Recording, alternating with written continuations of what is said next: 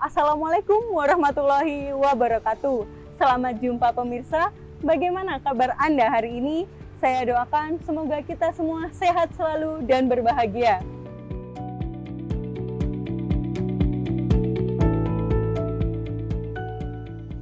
Saya, Audi Tias Mega, senang sekali dapat menemani Anda dalam beraktivitas. Semoga aktivitas Anda hari ini lancar, mendapatkan barokah dan manfaat.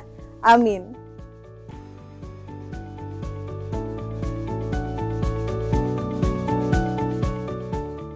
Baiklah pemirsa, Mimbar TV hari ini akan kami sajikan untuk Anda dan kami siapkan berbagai program menarik.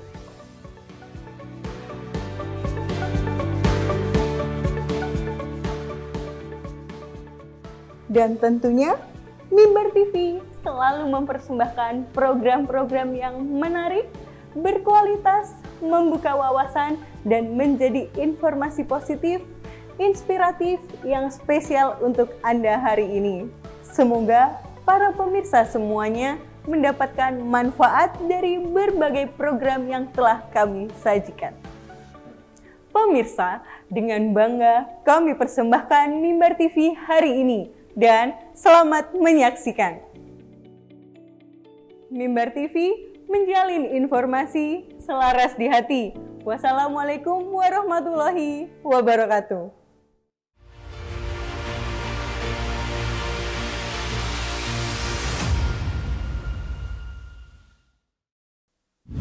Assalamualaikum warahmatullahi wabarakatuh. Saya Kepala Bidang Pendidikan Madrasah Kantor Wilayah Kementerian Agama Provinsi Jawa Timur mengucapkan terima kasih pada hari ini saya hadir di Mimbar TV. Ini luar biasa. Kalau dulu kita mengenal MPA, ini berkembang mengikuti era digitalisasi, ini juga telah ada Mimbar TV. Nah, luar biasa. Ini merupakan media untuk menyampaikan informasi-informasi terkait dengan segala aktivitas Kementerian Agama di Jawa Timur. Dan saya sampaikan selamat untuk beraktivitas, selamat untuk berproduksi, khususnya kepada madrasah. Jika memiliki sesuatu yang perlu ditayangkan, di branding, nah, silahkan bisa menghubungi ke Mimbar TV. Misalnya terkait dengan profil madrasah, terkait dengan prestasi madrasah. Ini kesempatan yang terbaik dan saya sudah bicara dengan para kru, siap melayani di seluruh pelosok Jawa Timur. Hebat Mimbar TV, selamat untuk semuanya. Terima kasih. Assalamualaikum warahmatullahi wabarakatuh.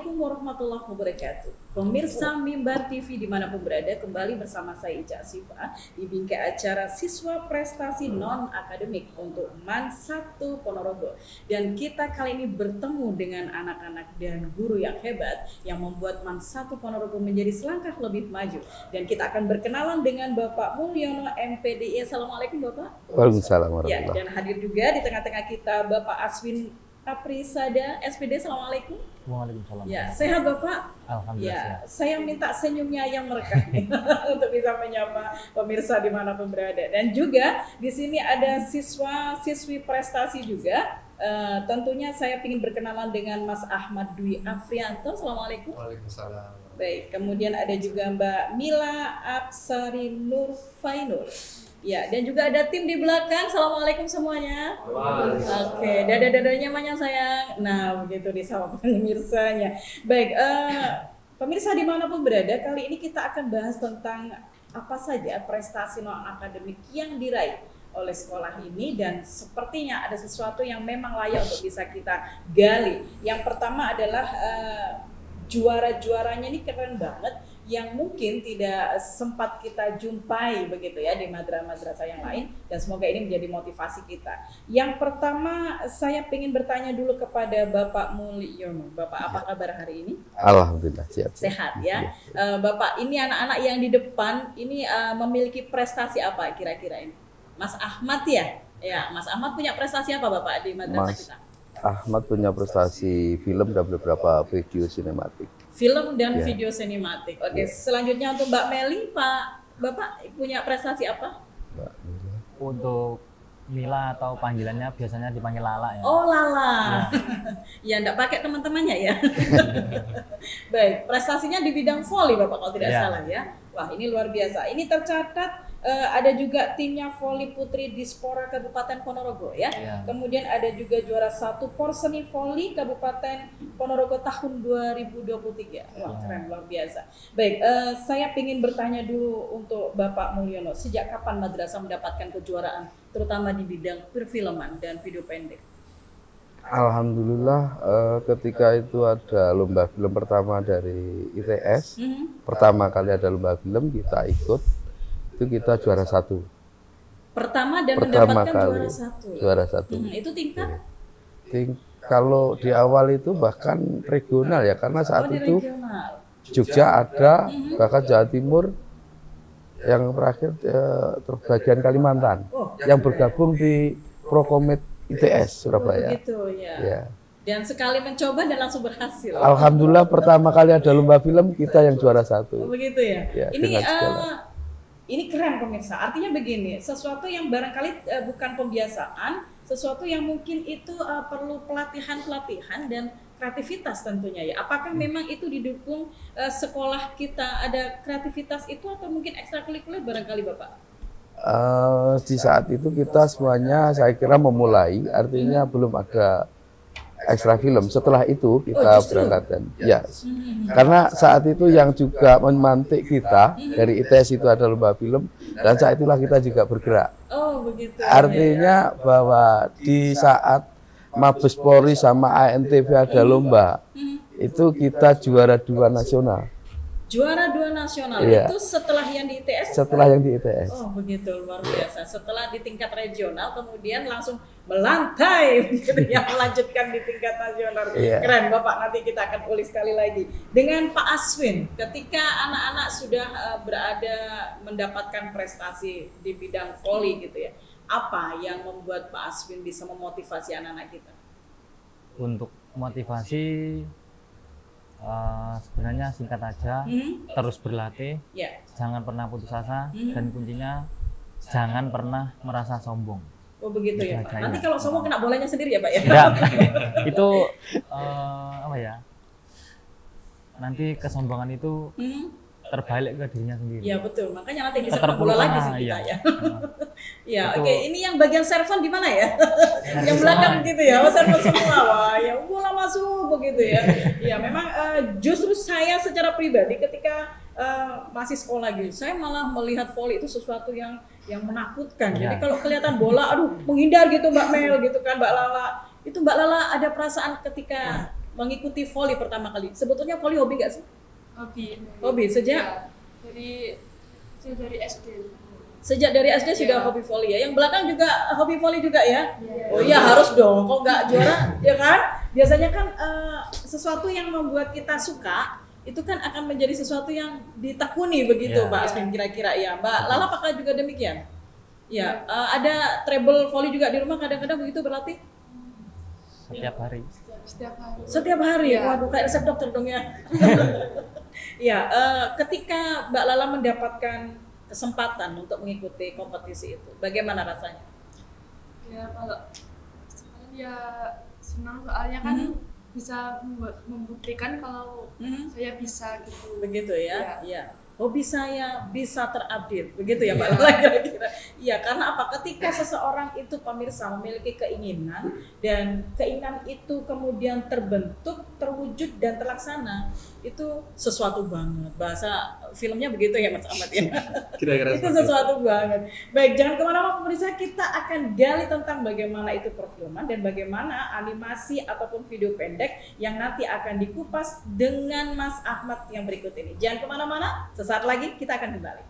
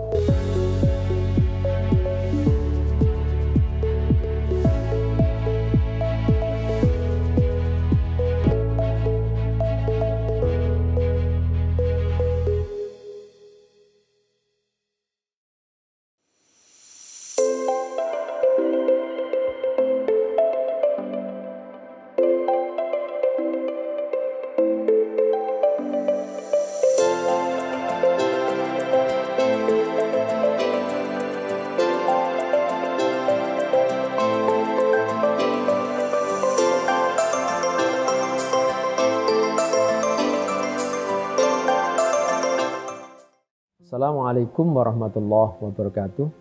Saya Dr. Nastain MPDI, Kasih Pendidikan Madrasah Kementerian Agama Kabupaten Ponorogo. Alhamdulillah, mimbar pembangunan agama yang selama ini kita kenal sudah bermetamorfose ke digital. Alhamdulillah, ini satu kebanggaan bagi kami sebagai warga Kemenak. Semoga keberadaannya semakin menginspirasi kita, semakin memberikan informasi yang bermakna dan bermanfaat bagi kita semuanya. Insya Allah yang disampaikan oleh Mimbar TV akan menjadi bagian dari informasi dan bagian dari ilmu kita yang ada di bawah. Apa yang terjadi di Jawa Timur insya Allah menjadi bagian yang menginspirasi kita, dan Mimbar TV hadir di sini. Terima kasih atas kehadiran Mimbar TV. Salam dari Ponorogo.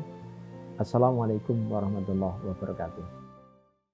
Siswa prestasi non-akademik masih bersama Mat 1 Ponorogo. Pemirsa dimanapun Anda berada, kita akan banyak berbincang kembali bersama siswa-siswa prestasi kita kali ini. Baik, kita akan coba berdiskusi dengan Mas Ahmad yang dengan usianya yang begitu muda, yang tampaknya sudah mulai mengendorse beberapa film dan video pendek. Dan saya ingin coba bertanya kepada Mas Ahmad, pengalaman ketika membuat film itu seperti apa? Padahal belum ada basic ya, belum ada basic dari sekolah, belum ada pelatihan yang jelas barangkali begitu. Tetapi ketika maju ke medan pertarungan kompetisi dan mendapatkan juara, bagaimana itu? Jadi sebelumnya saya jelaskan dulu. Mungkin kalau untuk basic sendiri, saya udah mulai ngulik tentang video itu dari MTS. Cuman kegundahan hati saya. Kegundahan hati saya itu adalah ketika kita punya hobi, kita punya passion, tapi kurang ada yang mewadahi atau tidak ada yang memfasilitasi. Entah itu secara dukungan moral, entah itu secara material, aset seperti mungkin kamera dan lain-lain. Belum mendapatkan fasilitas ya? Belum. Nah, maka saya akhirnya melanjutkan ke sini itu untuk semakin melanjutkan hobi saya, dan juga saya bertemu orang-orang hebat sekali. Dan kalau untuk proses syuting sendiri tentunya cukup memakan waktu dan cukup menguras tenaga dan pikiran juga ya. Cuman serunya di situ, mulai kita harus mikirin tentang ide cerita, harus breakdown naskah, harus praproduksi, produksi, harus syuting di lapangan, kita ngecek di lapangan seperti apa, sampai nanti tahap post produksi, yaitu di editing kayak gitu. Mungkin serunya ya di kebingungannya itu, di serba-serbinya di situ ya. Ya, dan untuk lomba di tingkat regional nih, bahkan sampai ke tingkat internasional, ini skenario sampai dengan sutradara itu Mas Ahmad sendiri atau ada tim yang di belakang, atau di sini adalah artis-artisnya begitu? Wah, ini tim terbaik saya. Luar biasa. Ini di belakang. Pakai dada-dada dulu sama pemirsa Mimbar TV. Oke. Bagaimana tentang skenario dan penyutradaraan? Untuk skenario dan penyutradaraan memang fokus saya sebenarnya di visual department. Cuman mulai sekarang saya ingin merambah ke kepenulisan dan penyutradaraan. Nah, ada beberapa film untuk lomba yang sudah mulai saya tulis dan saya sutradarai. Tentunya didukung dengan pelatih ekstrakurikuler yang mana dulu juga alumni sini, yang tadi dikatakan Pak Mul, pertama kali kita ikut lomba terus juara 1, dan sekarang beliau juga fokusnya di bidang visual department juga gitu. Nah, saya belajar dari beliau dan akhirnya saya memantapkan diri untuk mulai belajar di kepenulisan dan penyutradaraan. Begitu ya. Oke. Inspirasi apa yang muncul nih Pak Mul? Anak-anak ketika membuat film itu di tingkat regional, itu kan pasti ada tema itu ya. Ada tema dan inspirasi yang mengilhami pembuatan film itu yang diangkat apa? Kebetulan ini bagian dari perjalanan saya waktu itu. Begitu. Pengalaman pribadi bisa. Boleh. Tampaknya pengalaman itu memang sesuatu yang butuh diangkat ya. Hati itu. Yang kedua, saya berani gini, berjual ide cerita ya. Jadi keberanian saya ketika saya berani, udah ide cerita ini masuk, maka saya berani. Dan kecenderungan melihat film itu sebenarnya sejauh mana kita mampu menggali, menarik perhatian mereka di cerita kita itu gitu. Oh, betul. Dan itu menjadi ruh apa sih pesan yang diberikan dalam film itu. Dan itu mungkin menjadi satu yang diunggulkan barangkali itu di balik balutan-balutan seni animasi ya dan Photoshop yang memang harus ada di situ. Baik, Pak Aswin, ini saya dengar Mbak Lala itu menjadi satu klub timnas, betul nggak sih? Ya, kejurnas. Menjadi kejurnas luar biasa sebetulnya ya di skala Alia. Itu di mana tempatnya? Itu di Tangerang. Tempatnya di Tangerang. Berarti kalau kejurnas harus bolak-balik Jakarta, Ponorogo nggak sih? Dijemput tim gitu. Oh, dijemput sama tim ketika ada pelatihan atau ketika ada event? Itu pas ada event. Begitu. Ya.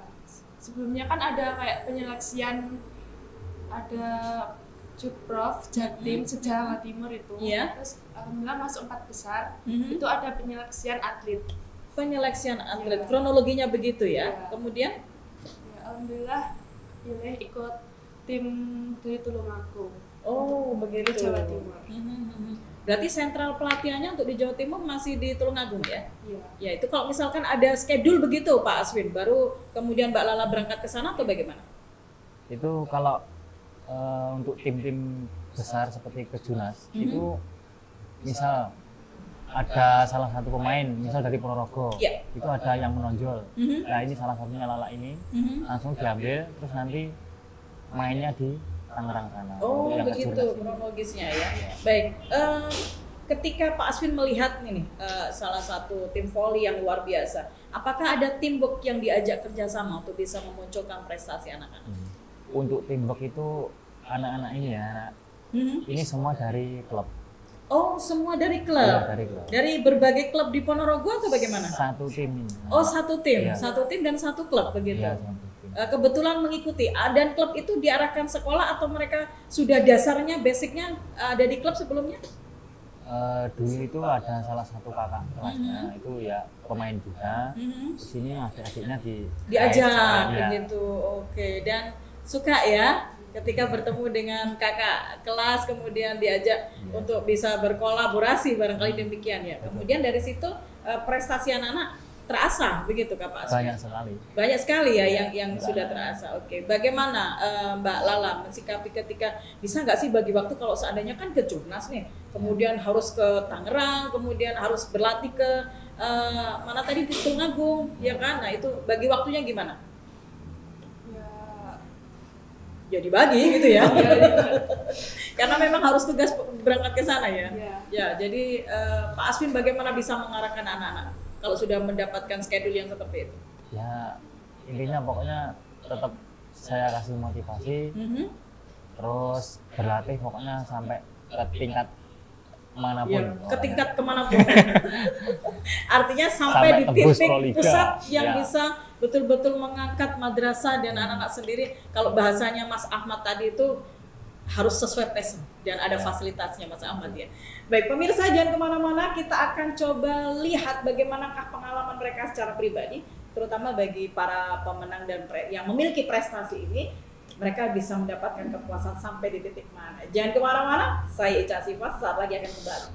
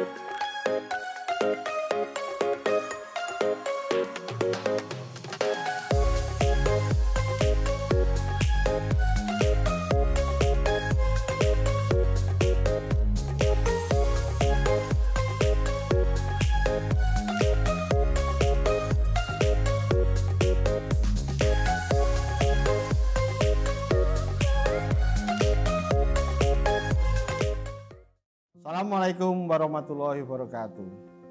Saya Agung Derajat Mono MPD, Kepala Madrasah Aliyah Negeri 1 Ponorogo. Mimbar TV adalah media elektronik yang lugas, terpercaya, dan terdalam. Untuk selanjutnya, saya berharap media Mimbar TV menjadi media elektronik yang terbesar, terpercaya, dan terbaik. Sekian, Assalamualaikum warahmatullahi wabarakatuh. Siswa prestasi non-akademik dan masih bersama MAN 1 Ponorogo yang pastinya akan menggeliat untuk di segmen terakhir kita kali ini, pemirsa dimanapun Anda berada. Dan saya masih bersama dengan siswa-siswa berprestasi yang keren dan juga akan menjadi prospek ke depan di tahun 2024 untuk Kabupaten Ponorogo. Baik Pak Mul, ketika sudah mendapati anak-anak go internasional, mau tidak mau seperti itu ya, support dari madrasah sendiri seperti apa? Pertama bahwa mereka kita kasih reward semua yang berprestasi. Diberikan reward. Ya, ya. Okay. Yang kedua meyakinkan bahwa ketika mereka menemukan potensinya dan dikembangkan di sini, bahwa yakinkan inilah jalan kehidupanmu untuk menemukan suksesmu di masa yang akan datang. Bisa jadi salah satu titik ya? Ya, artinya bahwa yakin bahwa ini yang kamu temukan. Kok di MAN 1 temukan dirimu, raih prestasimu, dan temukan apa masa depanmu gitu. Begitu ya, luar biasa keren. Ini kalau misalkan Pak Aswin, ketika mendapatkan anak-anak ini, ada yang sudah sampai di kejurnas begitu ya. Ini Bapak melihat potensi anak-anak layak untuk bisa dipertahankan atau harus lebih high lagi? Kalau menurut saya di voli itu harus tetap lebih high lagi. Lebih tinggi lagi ya. Kenapa harus begitu Pak? Ya, karena bukan tinggi ukuran badan loh ya. Saya lihat Mbak Lala juga ada ketinggian. Kalau berdiri saya kalah sama Mbak Lala. Ya karena voli itu memang saya akui sulit. Jadi anak-anak itu saya genjot untuk lebih ke tingkat yang lebih tinggi terus, asah kemampuan terus sampai ke tingkat Proliga. Begitu ya. Bapak tadi bilang kalau voli ini ada tingkat kesulitannya. Di mana coba kesulitannya? Karena saya sendiri fobia loh Bapak. Tingkat kesulitannya voli di mana coba itu kira-kira? Sangat sulit. Begitu. Ya, mereka sudah merasakan bagaimana sulitnya bermain voli. Ya, sulitnya di titik apa? Enggak sembarangan orang bisa melakukan.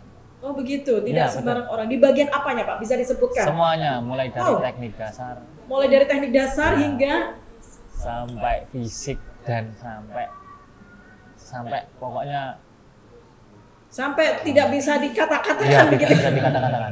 Luar biasa. Voli itu luar biasa. Pemirsa, ternyata voli itu in the secret. Tidak sembarangan. Ya. Memang Mbak Lala merasakan itu tidak? Apalagi kan sudah menjadi hobi nih.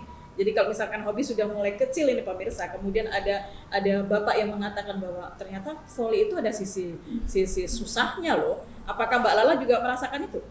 Iya. Ya, di sisi mananya?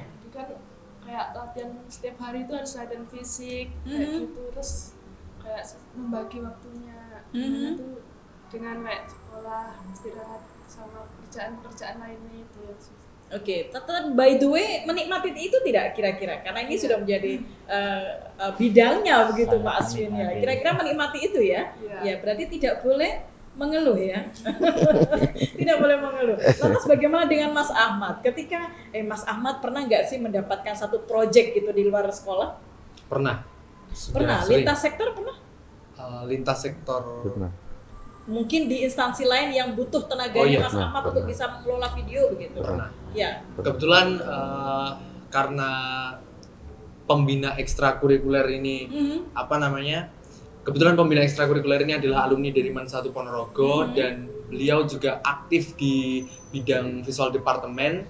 Jadi beliau membutuhkan kru juga. Nah, alhamdulillah karena saya juga sudah kenal dengan beliau, banyak sekali proyek-proyek yang sudah saya kerjakan tentunya dengan beliau juga, Mas Nur Iswahyudi.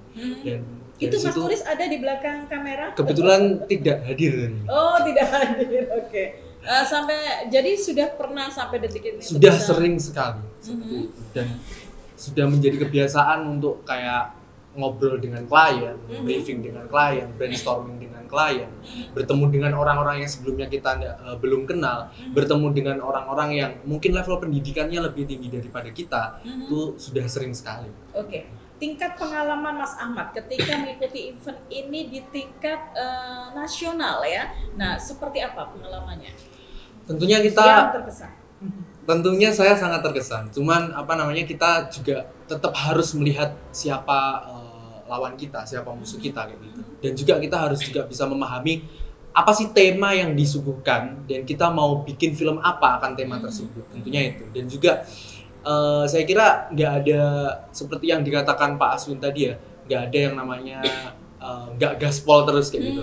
Di perfilman juga harus seperti itu. Nggak mungkin kalau saya tidak belajar atau mungkin saya sudah puas hari ini, nggak mungkin saya akan bisa menjadi seperti Hanung Bramantio, Joko Anwar dan sutradara-sutradara film besar lainnya kayak gitu.